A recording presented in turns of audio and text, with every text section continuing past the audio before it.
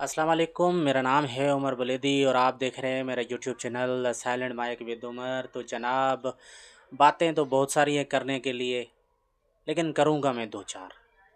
न मैं आपसे डिस्कस करूँगा ईरान इसराइल के मसले के ऊपर कि ईरान ने क्या कहा, इसराइल ने क्या कहा, अमेरिका ने जो है ना वो रहबर आला ख़ामनाई के बारे में क्या कहा और उसके जवाब में अब्बास अराग़ची वज़ीर ख़ारजा ईरान के क्या कहा। बहुत सारे मसले मसाइल हैं दुनिया के जो इस वक्त जारी हैं। यूक्रेन जंग जारी है, रूस ने उस पे ऊपर मिज़ाइलों से शदीद हमले किए हैं, ये सब चीज़ें जारी हैं। लेकिन इसमें बहुत सारे मसाइल अपने भी हैं, आपके हैं, मेरे हैं, जिस पर गुफ्तगू करना जो है ना बनता है और उस पे जो है ना आपसे डिस्कस करना बनता है। उसकी वजह ये है कि ये मसले आपके और मेरे ही मसले हैं। ये शायद कि जो है ना वो मैं समझूं कि अहम बहुत ज़्यादा हैं। इस किस मसले से अहम बोलूँ वो मुझे समझ में नहीं आ रही कि किस मसले से ज़्यादा अहम बोलूँ। मसला अहम ये है कि बजट पास हो गया। आपको भी पता चल गया होगा, मुझे भी पता चला कि बजट पास हो गया और कसरत राय से पास हुआ। उसमें हुकूमती इत्तेहाद में शामिल पीपल्स पार्टी ने भी वोट कर दिया, जो चंद दिन पहले ये बोल रही थी कि हम जब हमारे तमाम मुतालबात मान लिए जाएं तो ठीक है, वरना हम जो है ना वो नहीं करेंगे बजट पे जो है ना वोट। लेकिन उन्होंने फिर भी वोट कर दिया। कसरत राय का मतलब है कि हुकूमती इत्तेहाद ने सब ने दे दिया। इस पे एक पॉइंट मैं आपसे पहले डिस्कस कर लूँगा। जो पॉइंट ये है कि 31 यानी 30 जून तक जो है ना ये बजट मंजूर लाजमी करना चाहिए था, हो जाना चाहिए था, लेकिन उससे पहले हो गया। यानी कि 26 तारीख को बजट पे वो हो गया, मंजूर हो गया। मैं आपको एक और चीज़ बताऊं कि मखसूस नशस्तों का फ़ैसला आ गया, ये इससे रिलेटेड बात है। मखसूस नशस्तों का फ़ैसले की जो टाइमिंग है वो आप देख लें कि वो किसके हक़ में आई है, और नोटिफिकेशन जारी भी हो जाएंगे और सब कुछ हो जाएगा। पीपल्स पार्टी को भी चंद नशस्तें मिलेंगी और नून लीग को भी नशस्तें मिलेंगी, दीगर जमातें हैं सबको नशस्तें मिलेंगी। मैं इस एक पॉइंट इसलिए इस पे डिस्कस करूँ कि ये एक वो था, एक टर्निंग पॉइंट था कि इस वक्त जो है ना हुकूमती इत्तेहाद को, यानी हुकूमत को, बेसिकली नून लीग को जो है ना वो एक 2/3 अक्सरियत हासिल हो गई है हुकूमत को मिला के।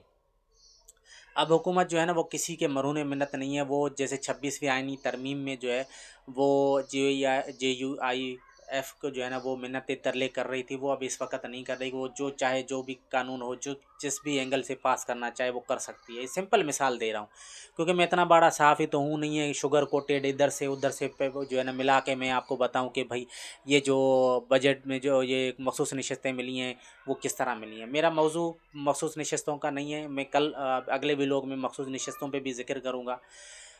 लेकिन जो बजट हुआ है उसमें आपको मैं बताता चलूँ कि उसमें क्या रिलीफ दिया गया है, हुकूमत ने आवाम को क्या रिलीफ दिया गया है। मैं तो बचपन से सुनता आ रहा हूँ कि वो हर वज़ीर ख़जाना ये बोलता है कि ये जो बजट पेश किया गया है ये पिछले बजट से अवाम दोस्त बजट है। यार वो पिछला बजट भी तो आपने ही पेश किया था, तो ये अवाम बोल, यानी उसका मतलब है ये जो पिछला बजट आपने पेश किया था वो अवाम दोस्त नहीं था, ये वाला बजट अवाम दोस्त है। तो भाई ये सिर्फ आपके वो जो अल्फाजों का चेंज होता है, बजट तो वही होता है जो आपको मंजूर होके मिल जाता है, उसमें कोई दो राय नहीं है। पूरी दुनिया यही बोलती है कि पाकिस्तान का बजट मंजूर होके मिल जाता है, फिर वो वज़ीर ख़जाना जो है ना उसको पढ़ देता है। मामलात ये हैं कि मैं शुरू करूँगा बेसिक सैलरी से। बेसिक सैलरी जो है ना इस वक्त अब तक की इत्तलात के मुताबिक जो मैंने भी पढ़ा इस बजट को, कि बेसिक सैलरी जिसको बुनियादी तनख्वाह बोलते हैं या कम से कम उजरत जो मज़दूर की मुकर्रर की जाती है उसमें रद्द-बदल नहीं किया गया। पिछले साल 32,000 से 37,000 कर दी गई थी, इस साल उसमें कुछ भी रद्द-बदल नहीं किया गया। मुझे नहीं लगता कि जो है ना उस मज़दूर को जो है ना वो 1 साल बाद जो है ना अपनी कोई तरक्की जो है ना वो होनी चाहिए। वो मज़दूर है भाई, वो कौन सा जो है ना वो किसी बड़े अफ़सर का बेटा है या ख़ुद जो है ना वो किसी बड़े फ़र्म में काम करता है या कोई सरकारी मुलाज़िम है 22 ग्रेड का 21 ग्रेड का, वो मज़दूर है। उसको क्या हक़ है तरक्की करने का कि 1 साल बाद भी उसकी जो है ना वो तरक्की ना हो। ना वो 1 साल बाद जो है ना वो अच्छे से ढंग से कपड़े बना सकता है, ना वो 1 साल बाद जो है ना वो कोई अच्छा खाना खा सकता है, वो ना 1 साल बाद जो है ना वो जूते खरीद सकता है, ना 1 साल बाद जो है ना वो कहीं घूमने फिरने जा सकता है। वो घूमने फिरने कहाँ जाएगा बेचारा, वो ज़्यादा से ज़्यादा जो है ना वो किसी ऐसे इलाके में जाएगा जो अपने गली मोहल्ले में जो है ना वो किसी दुकान में बैठ के उसने अगर आइसक्रीम खा लिए तो उसने बोला घूम लिया उसने, क्या सयाहत करने के लिए वो शुमाली के इलाका जाएगा? नहीं, मजदूर है वो तो यहीं पे रहेगा। उसकी सैलरी में कोई इजाफा हुआ? नहीं हुआ। उसकी सैलरी वही है बेचारे की, उसकी तरक्की तो बनती नहीं है। लेकिन खुद की तरक्की देख लो, 200-400% तो ऐसे ही बढ़ा दिया, यूं यूं यूं करके, बस चुटकियों में बस यूं बजाई और सबकी तनख्वाहें जो है ना वो डबल से ट्रिपल हो गई। यार अगर मजदूर के लिए महंगाई नहीं हुई है तो फिर वज़ीर आज़म हाउस का बजट क्यों बढ़ाया गया? अगर मज़दूर के लिए महंगाई नहीं हुई तो सदारती हाउस का क्यों जो है ना बढ़ाया गया? अगर मज़दूर की तनख्वाह जो है ना वो जो है ना ज़्यादा है और उसके लिए महंगाई नहीं है तो फिर ये मुझे बताएं कि वज़राए आला हाउस, गवर्नर हाउस जो है ना वो उनके जो है ना क्यों बजट बढ़ाए गए हैं? अगर नहीं होते तो फिर ऐसा इसका मतलब है कि वो महंगाई नहीं है, तो फिर वो बजट तो वहीं रहता ना। आप लोग भी तो उसी बाज़ार से, उसी मार्केट से, उसी जगह से ख़रीदते हैं। वो जगहें अलग होगी, आप सुपर स्टोर से, किस ग्रोसरी मार्ट से ख़रीदते होंगे, हम जो है ना वो किराने दुकान से ख़रीद रहे होते हैं। लेकिन 2-4 रुपए का तो फ़र्क होता है। लेकिन आपके लिए महंगाई आ गई, आपके वज़ीर आज़म हाउस का बजट बढ़ गया, सदारती हाउस का बजट बढ़ गया, वज़राए आला के जो घरों के बजट बढ़ गए, गवर्नर हाउसेस के बजट बढ़ गए, लेकिन गरीब की तनख्वाह नहीं बढ़ी। बेसिक सैलरी, मजदूर की बेसिक सैलरी, कम से कम उजरत जो है ना वो वहीं बरकरार है। तो बजट जो है ना वो आवाम दोस्त, तो मैं शुरू से ही बोल दूँ कि नहीं है ये बजट आवाम दोस्त। मुझे तो यही लग रहा है कि बजट आवाम दोस्त नहीं है। अगर आपको लग रहा है ये बजट आवाम दोस्त है तो आप जो है ना मेरे इस व्लॉग के कमेंट सेक्शन में जाएं और वहाँ टाइप करें, जी हाँ ये बजट आवाम दोस्त है। मुझे नहीं लगता कि आप ये मुझे कमेंट करके बताएंगे कि ये बजट जो आवाम दोस्त है। पेट्रोल के ऊपर लेवी लगा दी, जिसको आपने नाम चेंज करके क्लेमेंट चेंज टैक्स डाल दिया 2.5 रुपये का, उसका असर किस पे पड़ेगा? मुझे नहीं लग रहा कि उसका असर उस 22 ग्रेड के, 21 ग्रेड के या 18 ग्रेड के अफसर पे पड़ेगा, या MPA MNA सेनेटर पे पड़ेगा, या मुशीर पे पड़ेगा, वज़ीर पे पड़ेगा, या जो है ना वो किस पे, किसी पे भी नहीं पड़ेगा। ये जो जितने भी सरकारी महकमों में काम करने वाले अपर लेवल के अफसरान हैं, जो Tier 1 के अफसरान हैं, Tier 2 के, Tier 3 के मुशीर हैं, वज़ीर हैं, जिनको जो है ना वो रिहायशी सहूलतें मुफ्त की मिलती हैं, जिनको पेट्रोल मुफ्त का मिलता है, बिजली मुफ्त का मिलता है। आप देख लें कि AC इस्तेमाल वो करे, हाई प्रोफाइल जो है ना वो गाड़ियाँ इस्तेमाल वो करे भाई, उसके लिए तो रूटर बजाती हुई गाड़ियाँ रोड खाली करें, उसके लिए बिजली फ्री, गैस फ्री, उसके लिए पानी फ्री। वो पीता भी मिनरल वाटर है। वो जो बड़ी बड़ी बोतलें महंगी वाली आती हैं 500-500 600 रुपए की, वो 20-20 30-30 रुपए वाली की बात नहीं कर रहा मैं बात कर रहा हूँ उसकी जो कि जो 600 800 रुपए में एक बोतल मिलती है, उसकी वो बात कर रहा हूँ मैं, कि उन वज़रा जो मुशीर हैं, मुशीरान हैं, उन सबको ऐसी ही मिलती हैं। बजट जो कहा जा रहा है कि आवाम दोस्त है, यार इस पे सोचने पे मजबूर कर दिया है कि यार मेरी उम्र जो है इस वक्त 41 साल है, और शायद कि मैंने 20 बजट तो मेरी जो है ना वो इस जहनों में जो है ना ऐसे समझो कि याद होंगे कि किसने कोई बजट दिया और उसने कहा ये बजट जो है ना आवाम दोस्त है। यार ये बजट आवाम दोस्त होता कैसा है, मुझे तो आज तक समझ में नहीं आई है। टैक्स आप गरीब पे लगाएं, सब कुछ आप गरीब पे करें, दालें चावल घी आटा सब महंगा आप गरीब के लिए करें, और फिर बोलें कि भाई वो क्या बोलते हैं उसको कि बजट आवाम दोस्त है। बजट आवाम दोस्त तो मेरा ख्याल है नहीं। बजट आवाम दोस्त होता तो सोलर पैनल पर आप 18% जो है ना वो GST लगा देते, टैक्स लगा देते। यार 16%, 18%, यार देखें, अगर सोलर पैनल का एक पूरा सिस्टम जो है ना उठा के एक बंदा लगा रहा है, यानी वो 25-30 लाख 50 लाख का लगा रहा है, उसके लिए 18% देना कोई बड़ी बात नहीं है। जो बंदा दिहाड़ियाँ काट काट कर जो है ना वो समझें कि जमा एक एक पाई जमा कर कर कर उसके बाद जो है ना एक पैनल ख़रीदता है सोलर वाला, वो अपनी छत पे लगाता है, उसको भी 18% देने पड़ेंगे मेरे भाई।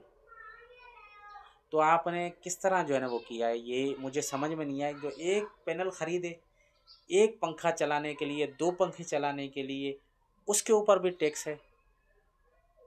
ये समझ से बालतर है। आपने बोला कि मकामी सनत को फ़रोग़ देने के लिए सोलर पैनल्स को के ऊपर टैक्स लगाया गया है। मकामी सनत किसे बोलते हैं? क्या सोलर पैनल में इस्तेमाल होने वाली जितनी भी अशिया हैं वो पाकिस्तान खुद बनाता है? नहीं, पाकिस्तान खुद नहीं बनाता है। पाकिस्तान के पास सिर्फ असम्बलिंग होती है। गाड़ी हो, ट्रक हो, कार हो, बस हो, मोबाइल फ़ोन्स हों, आप कुछ भी पाकिस्तान में जितनी भी चीज़ें आप बोलते हैं ना यहाँ पाकिस्तान में बनती हैं, वो सारी की सारी मैन्युफैक्चर नहीं होती है, असम्बल होती हैं। कोई एक चीज़ पाकिस्तान में नहीं बनती है।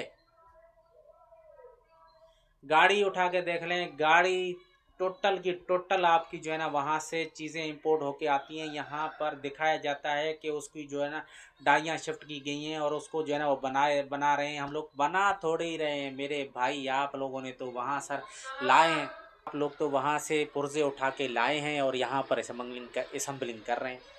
बताएं मुझे ये कि कौन सा पाकिस्तान बना रहे हैं। सोलर पैनल पर टैक्स लगा दिया, मकामी सनत को फ़रोग़ देने के लिए हम ये काम कर रहे हैं। तो मकामी सनत को फ़रोग़ तो किस तरह मुमकिन है? सारी चीज़ें तो आप चाइना से इंपोर्ट करते हैं और उसके बाद जो है ना वो यहाँ पर स्मगलिंग होती है। तो ये मकामी सनत को सपोर्ट देने के लिए किया जा रहा है? नहीं भाई, ये मकामी सनत को सपोर्ट देने के लिए आप जो है ना ये हमें वो लॉलीपॉप दे रहे हैं कि मकामी सनत के लिए जो है ना ये फ़रोग़ देने के लिए हो रही है। आपने अभी तक यहाँ पर कोई नट बनाने की कोई एक ऐसी बनाई है जहाँ पर कौन सी ऐसी है जो यहाँ पर फैक्ट्रियाँ लगती हैं? यहाँ पर कितने जो है ना पैसे खर्च किए जाते हैं किसी भी चीज़ को डेवलप करने के लिए? कौन सी चीज़ें ऐसी जो है ना वो R&Ds पे खर्च किए जाते हैं पैसे? नहीं खर्च किए जाते R&Ds पे पैसे। चाइना कितना खर्च करता है, इंडिया कितना खर्च करता है, अमेरिका कितना खर्च करता है, श्रीलंका कितना खर्च करता है। आप उसको भी देख लें, पाकिस्तान में कंपैरिजन कर लेंगे कितना जो है ना R&D पे खर्च होता है। नहीं होता है मेरे भाई। यहाँ पर सारी चीज़ें जो है ना वो आपने देखा होगा, आपने ख़ुद भी देखा होगा कि भाई यहाँ पर अगर वो चीज़ 10 रुपये की मिल रही है बना के, यानी पाकिस्तानी एक सनतकार ने एक चीज़ बनाई 10 रुपये की है। 1 मिनट में आपको मिसाल दे दूँ, ये मेरे मोबाइल फ़ोन का कवर है। अगर मकामी सनतकार इस मोबाइल फ़ोन के कवर को 10 रुपये में बनाता है तो यही चीज़ चाइना से वो इंपोर्ट करता है तो 6 रुपये में उसको पड़ती है। तो फिर वो क्यों पाकिस्तान में करेगा? उसके ऊपर भी तो बोझ डाल दिया गया है। एक सिंपल सी मिसाल थी। गरीब दोस्त बजट है, गरीब दोस्त तो बजट है ही नहीं मेरे हिसाब से। टैक्स आपने इस तनख्वाहदार तबके पर लगा दिया है। हाँ, इसमें थोड़ा आपने रिलीफ दिया है कि जो 1 लाख रुपए तक की सैलरी वाला है उसके ऊपर जो 5% का टैक्स लगता था वो अब 1% का टैक्स लगेगा। लेकिन बाकी दीगर स्लैब्स में क्या होगा? उसको फिक्स भी देना पड़ रहा है, उसको जो है ना फिर टैक्स भी जो है ना देना पड़ रहा है। तो इससे क्या होता है? इससे ये होता है कि फिर 2 नंबरियाँ होती हैं। वो अंडर टेबल काम कर रहे होते हैं। अंडर टेबल जो है ना वो सैलरीज बांटी जाती हैं ताकि कम से कम उस बंदे पे टैक्स लगे। अब इससे क्या फ़र्क पड़ेगा कि अवाम दोस्त है या नहीं है? बजट तो पास हो गया, बजट मंजूर हो गया, पीपल्स पार्टी ने इसकी हिमायत कर दी। पीपल्स पार्टी को चाहिए था कि पंजाब में पावर शेयरिंग का उसका जो एक देरीना मसला है वो हल हो जाए, कि पंजाब में उसको पावर शेयरिंग दी जाए, यूसुफ रज़ा गिलानी को पावर शेयरिंग दी जाए ताकि वो मुल्तान में अपने मर्ज़ी के अफसरान लगा सके। ये मसला है। अपने मसले मसाइल तो डिस्कस होते हैं, एक ही झटके के साथ जो है ना वो तनख्वाहें डबल से ट्रिपल हो जाती हैं। लेकिन गरीब के लिए जो है ना वो 37,000 भी बहुत महंगे पड़ रहे होते हैं। जिस सनतकार को आप लोगों ने इतनी सब्सिडीज़ दी हुई हैं कि अगर मैं गिनवाना बैठ जाऊं तो उसको तो बहुत ज़्यादा सब्सिडीज़ दी गई हैं, लेकिन एक गरीब बंदे को तो कुछ भी नहीं दिया गया।